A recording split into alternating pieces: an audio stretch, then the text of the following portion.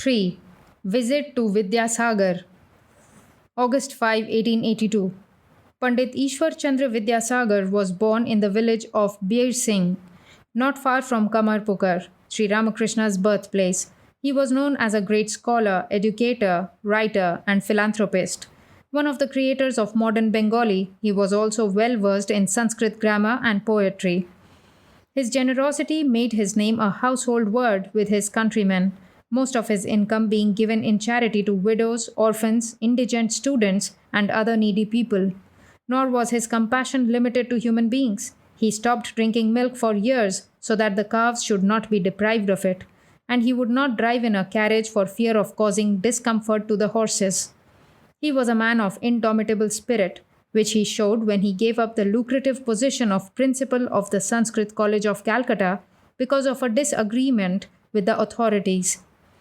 His affection for his mother was specially deep. One day, in the absence of a ferry boat, he swam a raging river at the risk of his life to fulfill her wish that he should be present at his brother's wedding. His whole life was one of utter simplicity. The title Vidyasagar, meaning ocean of learning, was given him in recognition of his vast erudition. Sri Ramakrishna had long wanted to visit Ishwar Chandra Vidyasagar. Learning from M that he was a teacher at Vidyasagar's school, the master asked, "Can you take me to Vidyasagar? I should like very much to see him." M told Ishwar Chandra of Sri Ramakrishna's wish, and the Pandit gladly agreed that M should bring the master some Saturday afternoon at 4 o'clock.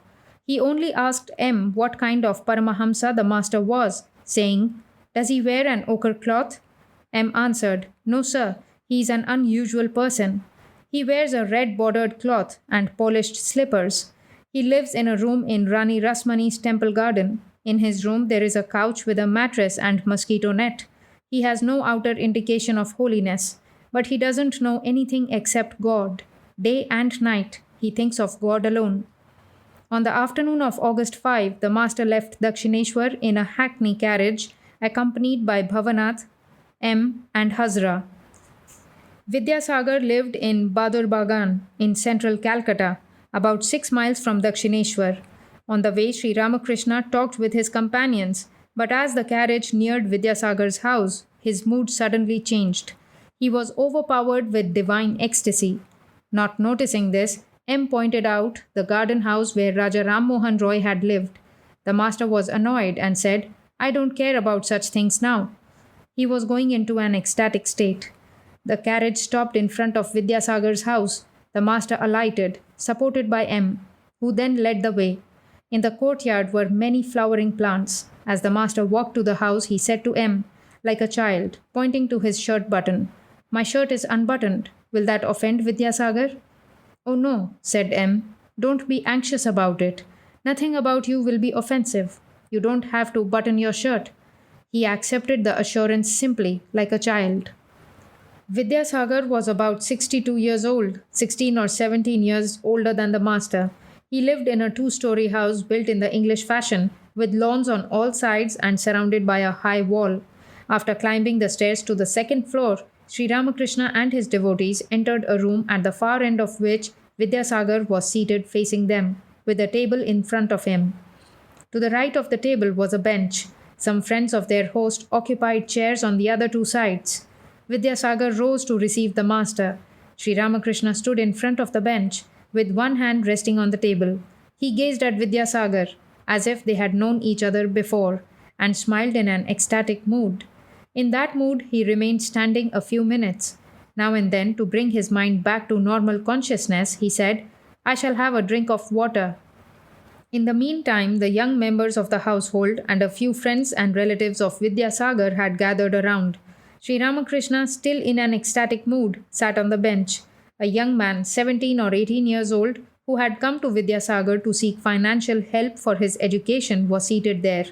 The master sat down at a little distance from the boy, saying in an abstracted mood, "Mother, this boy is very much attached to the world. He belongs to thy realm of ignorance."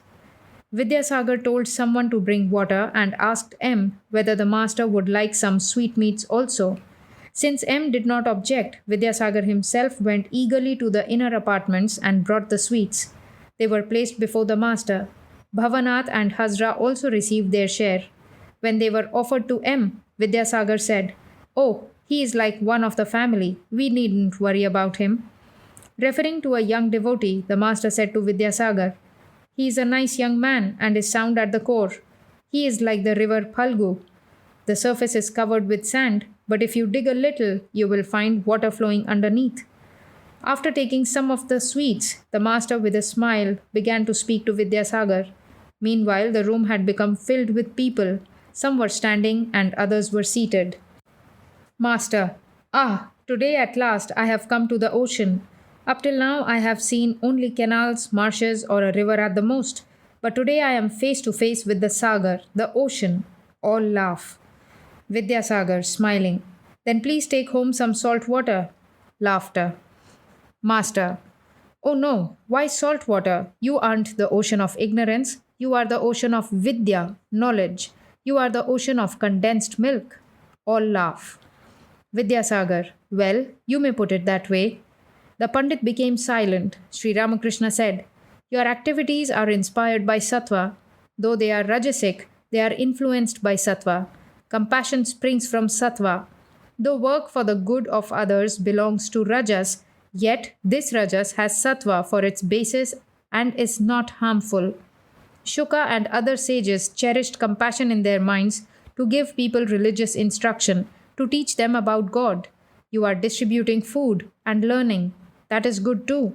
If these activities are done in a selfless spirit, they lead to God. But most people work for fame or to acquire merit. Their activities are not selfless. Besides, you are already a Siddha. Vidyasagar: "How is that, sir?" Master, laughing: "When potatoes and other vegetables are well cooked, they become soft and tender, and you possess such a tender nature. You are so compassionate." Laughter. Vidyasagar, laughing: "But when the paste of kalai pulse is boiled, it becomes all the harder." Master: "But you don't belong to that class. Mere pandits are like diseased fruit that becomes hard and will not ripen at all. Such fruit has neither the freshness of green fruit nor the flavor of ripe. Vultures soar very high in the sky, but their eyes are fixed on rotten carrion on the ground. The book learned are reputed to be wise, but they are attached to woman and gold. Like the vultures, they are in search of carrion. They are attached to the world of ignorance. Compassion, love of God, and renunciation are the glories of true knowledge." Vidyasagar listened to these words in silence. The others too gazed at the master and were attentive to every word he said. Vidyasagar was very reticent about giving religious instruction to others. He had studied Hindu philosophy. Once, when M had asked him his opinion of it, Vidyasagar had said, "I think the philosophers have failed to explain what was in their minds." But in his daily life, he followed all the rituals of Hindu religion and wore the sacred thread of a Brahmin. About God, he had once declared, "It is indeed impossible to know him. What then should be our duty? It seems to me that we should live in such a way that if others followed our example, this very earth would be heaven. Everyone should try to do good to the world." Sri Ramakrishna's conversation now turned to the knowledge of Brahman. Master: "Brahman is beyond Vidya and Avidya, knowledge and ignorance. It is beyond Maya, the illusion of duality. The world consists of the illusory duality of knowledge and ignorance. It contains knowledge and devotion, and also attachment to woman and gold, righteousness and unrighteousness, good and evil. But Brahman is unattached to these. Good and evil apply to the jiva, the individual soul, as do righteousness and unrighteousness. But Brahman is not at all affected by them. One man may read the Bhagavata by the light of a lamp, and another may commit a forgery by that very light. But the lamp is unaffected. The sun sheds its light on the wicked as well as on the virtuous." You may ask, how then can one explain misery and sin and unhappiness? The answer is that these apply only to the jiva. Brahman is unaffected by them. There is poison in a snake, but though others may die if bitten by it, the snake itself is not affected by the poison. What Brahman is cannot be described. All things in the world, the Vedas, the Puranas, the Tantras, the 6 systems of philosophy, have been defiled, like food that has been touched by the tongue. for they have been read or uttered by the tongue. Only one thing has not been defiled in this way, and that is Brahman. No one has ever been able to say what Brahman is. Vidyasagar to his friends. Oh, that is a remarkable statement. I have learnt something new today. Master, a man had two sons. The father sent them to a preceptor to learn the knowledge of Brahman. After a few years, they returned from their preceptor's house and bowed low before their father. Wanting to measure the depth of their knowledge of Brahman, he first questioned the older of the two boys. My child, he said, you have studied all the scriptures. Now tell me, what is the nature of Brahman? The boy began to explain Brahman by reciting various texts from the Vedas. The father did not say anything. Then he asked the younger son the same question. But the boy remained silent and stood with eyes cast down. No word escaped his lips. The father was pleased and said to him, my child, you have understood a little of Brahman. What it is cannot be expressed in words. Men often think they have understood Brahman fully. Once an ant went to a hill of sugar. One grain filled its stomach. Taking another grain in its mouth, it started homeward. On its way, it thought, next time I shall carry home the whole hill. That is the way shallow minds think. They don't know that Brahman is beyond one's words and thought. However great a man may be, how much can he know of Brahman? Shukadeva and sages like him may have been big ants, but even they could carry at the utmost 8 or 10 grains of sugar. As for what has been said in the Vedas and the Puranas, do you know what it is like? Suppose a man has seen the ocean and somebody asks him, well, what is the ocean like? The first man opens his mouth as wide as he can and says, what a sight! What tremendous waves and sounds! The description of Brahman in the sacred books is like that. It is said in the Vedas that Brahman is of the nature of bliss. It is Satchidananda. Shuka and other sages stood on the shore of this ocean of Brahman and saw and touched the water. According to one school of thought, they never plunged into it. Those who do cannot come back to the world again. In Samadhi, one attains the knowledge of Brahman. One realizes Brahman. In that state, reasoning stops altogether, and man becomes mute. He has no power to describe the nature of Brahman. Once a salt doll went to measure the depth of the ocean. All laugh. It wanted to tell others how deep the water was, but this it could never do, for no sooner did it get into the water than it melted. Now who was there to report the ocean's depth? A devotee. Suppose a man has obtained the knowledge of Brahman in Samadhi.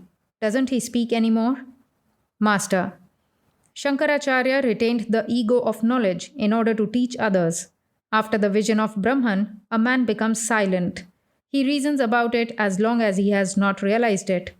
If you heat butter in a pan on the stove, it makes a sizzling sound as long as the water it contains has not dried up. But when no trace of water is left, the clarified butter makes no sound. If you put an uncooked cake of flour in that butter, it sizzles again. But after the cake is cooked, all sound stops. Just so, a man established in Samadhi comes down to the relative plane of consciousness in order to teach others, and then he talks about God. The bee buzzes as long as it is not sitting on a flower. It becomes silent when it begins to sip the honey, but sometimes, intoxicated with the honey, it buzzes again. An empty pitcher makes a gurgling sound when it is dipped in water. When it fills up, it becomes silent. All laugh. But if the water is poured from it into another pitcher, then you will hear the sound again. Laughter. The rishis of old attained the knowledge of Brahman. One cannot have this so long as there is the slightest trace of worldliness. How hard the rishis labored. Early in the morning, they would go away from the hermitage and would spend the whole day in solitude, meditating on Brahman. At night, they would return to the hermitage and eat a little fruit or roots. They kept their minds aloof from the objects of sight, hearing, touch, and other things of a worldly nature. Only thus did they realize Brahman as their own inner consciousness. But in the Kali Yuga, man, being totally dependent on food for life, cannot altogether shake off the idea that he is the body. In this state of mind, it is not proper for him to say, I am he. When a man does all sorts of worldly things, he should not say, I am Brahman. Those who cannot give up attachment to worldly things and who find no means to shake off the feeling of I should rather cherish the idea I am God's servant, I am His devotee. One can also realize God by following the path of devotion. The jnani gives up his identification with worldly things, discriminating not this, not this. Only then can he realize Brahman. It is like reaching the roof of a house by leaving the steps behind, one by one. But the Vijnani, who is more intimately acquainted with Brahman, realizes something more. He realizes that the steps are made of the same materials as the roof bricks, lime, and brick dust. That which is realized intuitively as Brahman through the eliminating process of not this, not this, is then found to have become the universe and all its living beings. The Vijnani sees that the reality which is nirguna without attributes is also saguna with attributes. A man cannot live on the roof a long time. He comes down again. Those who realize Brahman in Samadhi come down also and find that it is Brahman that has become the universe and its living beings. In the musical scale, there are the notes sa, re, ga, ma, pa, dha, and ni. But one cannot keep one's voice on ni a long time. The ego does not vanish altogether. The man coming down from Samadhi perceives that it is Brahman that has become the ego, the universe, and all living beings. This is known as Vijnana. The path of knowledge leads to truth, as does the path that combines knowledge and love. The path of love, too, leads to this goal. The way of love is as true as the way of knowledge. All paths ultimately lead to the same truth. But as long as God keeps the feeling of ego in us, it is easier to follow the path of love. The Vijnani sees that Brahman is immovable and actionless, like Mount Sumeru. This universe consists of the three gunas, sattva, rajas, and tamas. They are in Brahman, but Brahman is unattached. The Vijnani further sees that what is Brahman is the Bhagwan, the personal God. He who is beyond the three gunas is the Bhagwan, with his 6 supernatural powers. Living beings, the universe, mind, intelligence, love, renunciation, knowledge. All these are the manifestations of his power. With a laugh. If an aristocrat has neither house nor property, or if he has been forced to sell them, one doesn't call him an aristocrat anymore. All laugh. God is endowed with the 6 supernatural powers. If he were not, who would obey him? All laugh. Just see how picturesque this universe is. How many things there are. The sun, moon, and stars, and how many varieties of living beings. Big and small, good and bad, strong and weak, some endowed with more power, some with less. Vidyasagar. Has he endowed some with more power and others with less? Master. As the all-pervading spirit, he exists in all beings, even in the ant. But the manifestations of his power are different in different beings. Otherwise, how can one person put 10 to flight, while another can't face even one? And why do all people respect you? Have you grown a pair of horns? Laughter. You have more compassion and learning. Therefore, people honor you and come to pay you their respects. Don't you agree with me? Vidyasagar smiled. The master continued. There is nothing in mere scholarship. The object of study is to find means of knowing God and realizing Him. A holy man had a book. When asked what it contained, he opened it and showed that on all the pages were written the words Om Rama and nothing else. What is the significance of the Gita? It is what you find by repeating the word 10 times. It is then reversed into Tagi, which means a person who has renounced everything for God. And the lesson of the Gita is, O man, renounce everything and seek God alone. Whether a man is a monk or a householder, he has to shake off all attachment from his mind. Chaitanya Deva set out on a pilgrimage to southern India. One day he saw a man reading the Gita. Another man seated at a distance was listening and weeping. His eyes were swimming in tears. Chaitanya Deva asked him, Do you understand all this?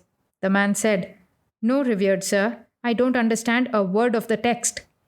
Then why are you crying? Asked Chaitanya. The devotee said, I see Arjuna's chariot before me. I see Lord Krishna and Arjuna seated in front of it talking. I see this and I weep. Why does a Vijnani keep an attitude of love toward God? The answer is that I consciousness persists. It disappears in the state of samadhi, no doubt, but it comes back. In the case of ordinary people, the I never disappears. You may cut down the Ashwatha tree, but the next day sprouts shoot up. All laugh. Even after the attainment of knowledge, this I consciousness comes up. Nobody knows from where. You dream of a tiger, then you awake, but your heart keeps on palpitating. All our suffering is due to this I. The cow cries, Hamba, which means I. That is why it suffers so much. It is yoked to the plough and made to work in rain and sun. Then it may be killed by the butcher. From its hide, shoes are made, and also drums, which are mercilessly beaten. Laughter. Still, it does not escape suffering. At last, strings are made out of its entrails for the bows used in carding cotton. Then it no longer says, Hamba, Hamba, I, but Tuhu, thou, thou. Only then are its troubles over. O Lord, I am the servant. Thou art the master. I am the child. Thou art the mother. Once Rama asked Hanuman, How do you look on me? And Hanuman replied, O Rama, as long as I have the feeling of I see that thou art the whole and I am a part. Thou art the master and I am thy servant. But when, O Rama, I have the knowledge of truth, then I realize that thou art I and I am thou. The relationship of master and servant is the proper one. Since this I must remain, let the rascal be God's servant. I and mine, these constitute ignorance. My house, my wealth, my learning, my possessions. The attitude that prompts one to say such things comes of ignorance. On the contrary, the attitude born of knowledge is, O God, thou art the master, and all these things belong to thee. House, family, children, attendants, friends are thine. One should constantly remember death. Nothing will survive death. We are born into this world to perform certain duties, like the people who come from the countryside to Calcutta on business. If a visitor goes to a rich man's garden, the superintendent says to him, This is our garden, this is our lake, and so forth. But if the superintendent is dismissed for some misdeed, he can't carry away even his mango wood chest. He sends it secretly by the gatekeeper. Laughter. God laughs on two occasions. He laughs when the physician says to the patient's mother, Don't be afraid, mother, I shall certainly cure your boy.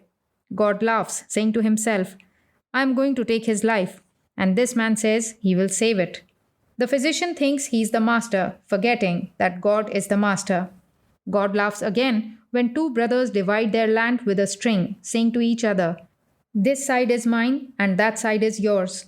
He laughs and says to himself, The whole universe belongs to me.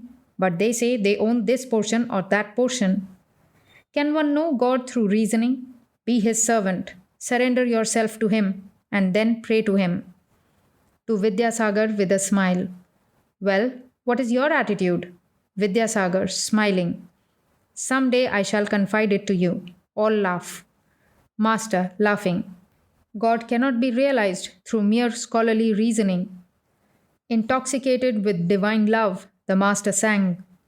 Who is there that can understand what Mother Kali is? Even the 6 darshanas are powerless to reveal her. It is she, the scriptures say, that is the inner self of the yogi who in self discovers all his joy. She that of her own sweet will inhabits every living thing. The macrocosm and microcosm rest in the mother's womb. Now do you see how vast it is?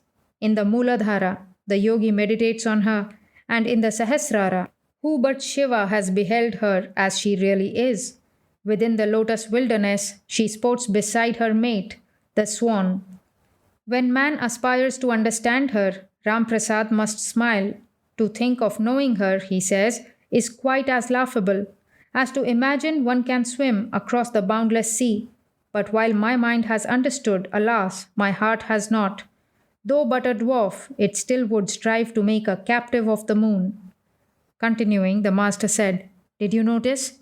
The macrocosm and microcosm rest in the mother's womb. Now do you see how vast it is? Again the poet says, Even the 6 darshanas are powerless to reveal her. She cannot be realized by means of mere scholarship. One must have faith and love. Let me tell you how powerful faith is. A man was about to cross the sea from Ceylon to India. Bibhishana said to him, "Tie this thing in a corner of your wearing cloth, and you will cross the sea safely. You will be able to walk on the water, but be sure not to examine it, or you will sink." The man was walking easily on the water of the sea. Such is the strength of faith. When having gone part of the way, he thought, "What is this wonderful thing Bibhishana has given me, that I can walk even on the water?"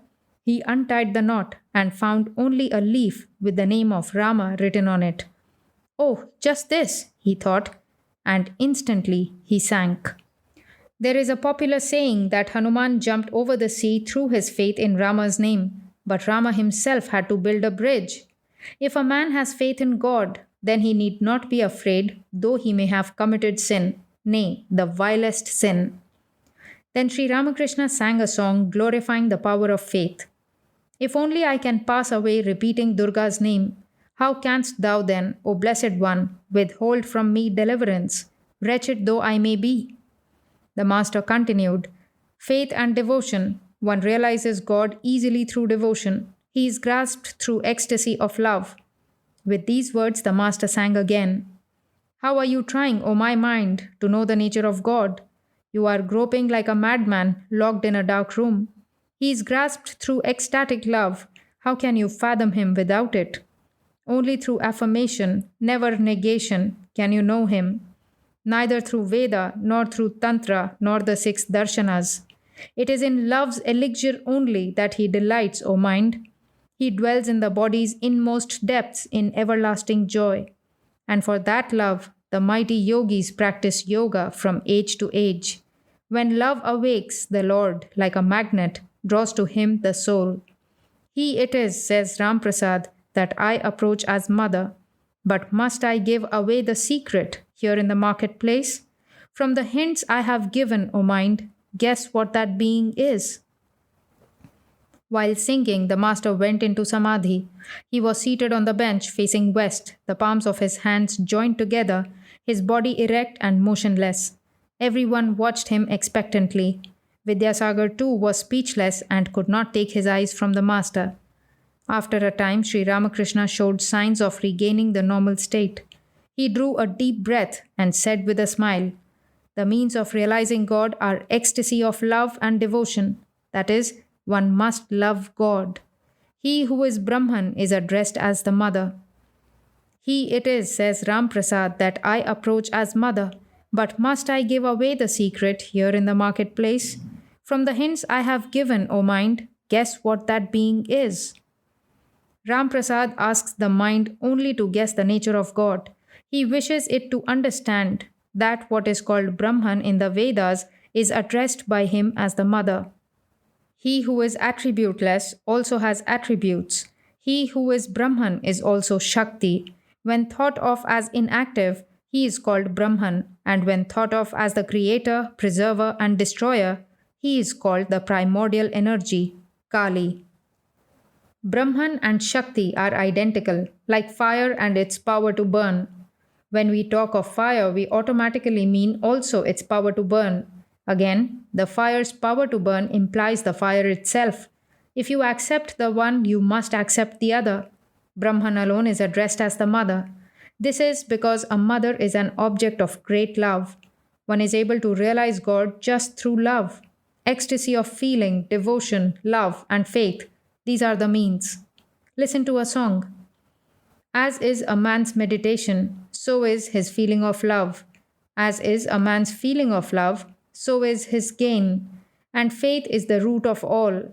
If in the nectar lake of Mother Kali's feet my mind remains immersed, of little use are worship, oblations, or sacrifice. What is needed is absorption in God, loving Him intensely. The nectar lake is the lake of immortality. A man sinking in it does not die, but becomes immortal. Some people believe that by thinking of God too much, the mind becomes deranged, but that is not true. God is the lake of nectar, the ocean of immortality. He is called the immortal in the Vedas. Sinking in it, one does not die, but verily transcends death. Of little use are worship, oblations, or sacrifice. If a man comes to love God, he need not trouble himself much about these activities.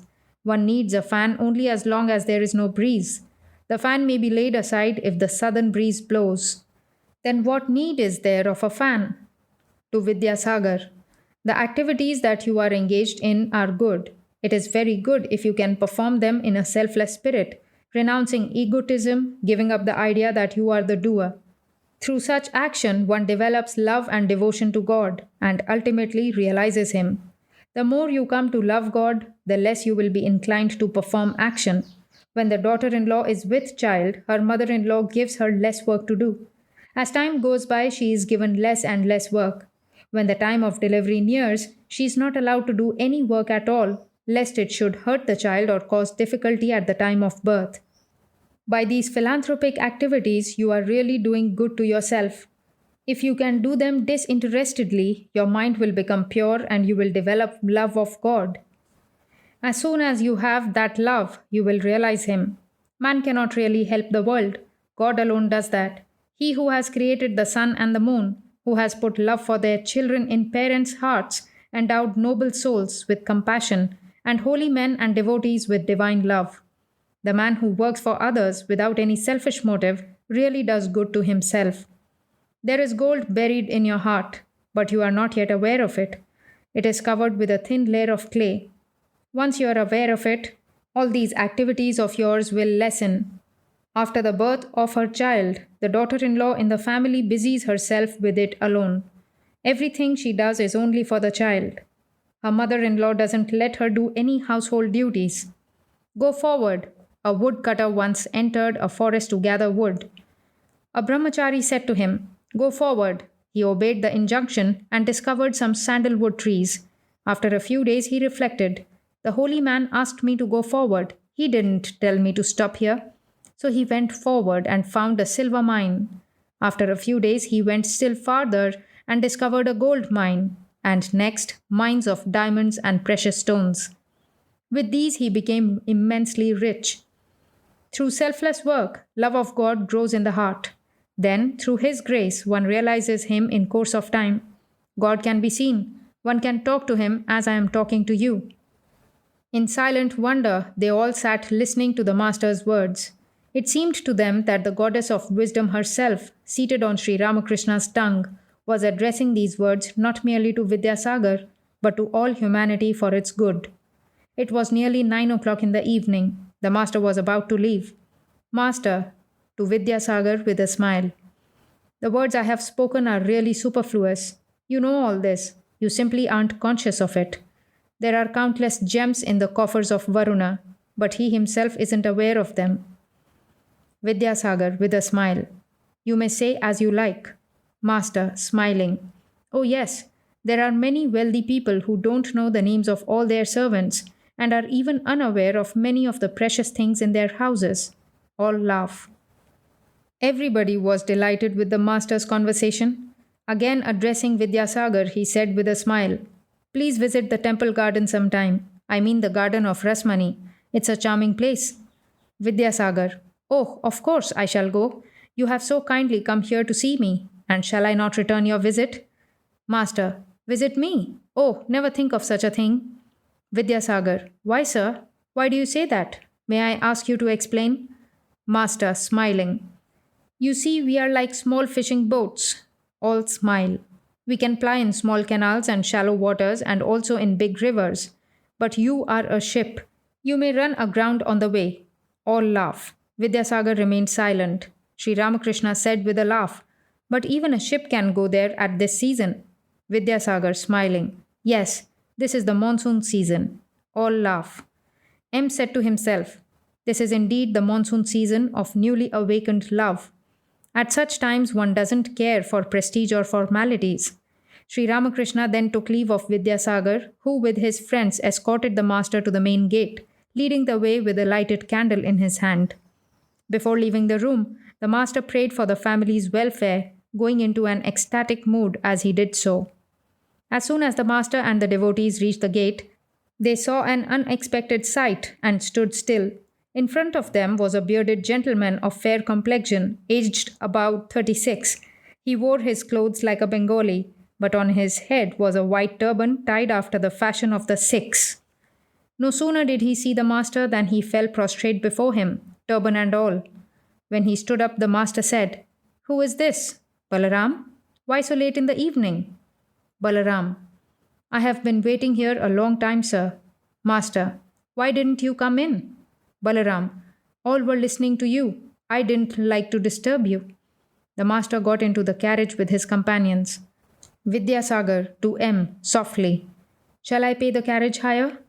M: "Oh, don't bother, please. It is taken care of." Vidyasagar and his friends bowed to Sri Ramakrishna and the carriage started for Dakshineshwar. But the little group, with the venerable Vidyasagar at their head holding the lighted candle, stood at the gate and gazed after the master until he was out of sight.